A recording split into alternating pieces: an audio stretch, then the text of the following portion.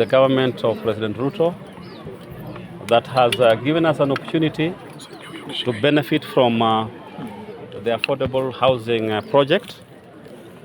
We were here today to hand over the site for our student village that will be done in the next 52 weeks. So the site has been handed over and we look forward to having nice things. A student village is not an ordinary hostel.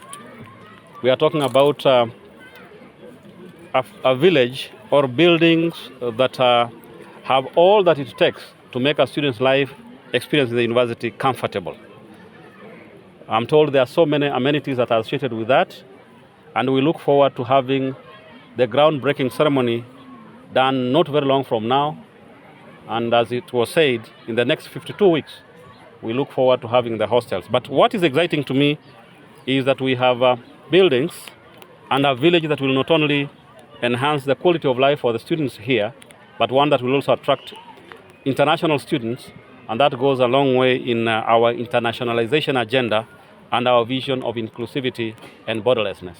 May I hand over to our colleagues from the State Department for Housing. Today I'm stepping in for the regional director for this region in the ceremony for handing over of a student hostel accommodation of 1,680 beds, among other infrastructure that come with the hostels or the buildings. We are glad to hand over the project. The contractor has 14 days to mobilize.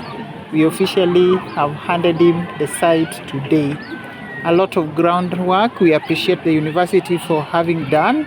This is the geotech. This is the topo survey. And therefore, we shall just do a little bit of mobilization from the part of the contractor. Our next meeting to the site or to the project should be in the 3rd week from now. So I expect the contractor right away to move to site. The time is ticking. We are counting his duration of the 53 weeks from today. This is a project funded from the Exchequer and Affordable Housing Fund that is now funding student accommodation to alleviate all those problems that the VC has talked about. This is public money from our taxpayers. This is not money that is borrowed. The money is there and we all contribute to the kitty through our taxes. This is a government project within the university. It will accommodate 1,600 out of 24,000 and the other numbers that will come.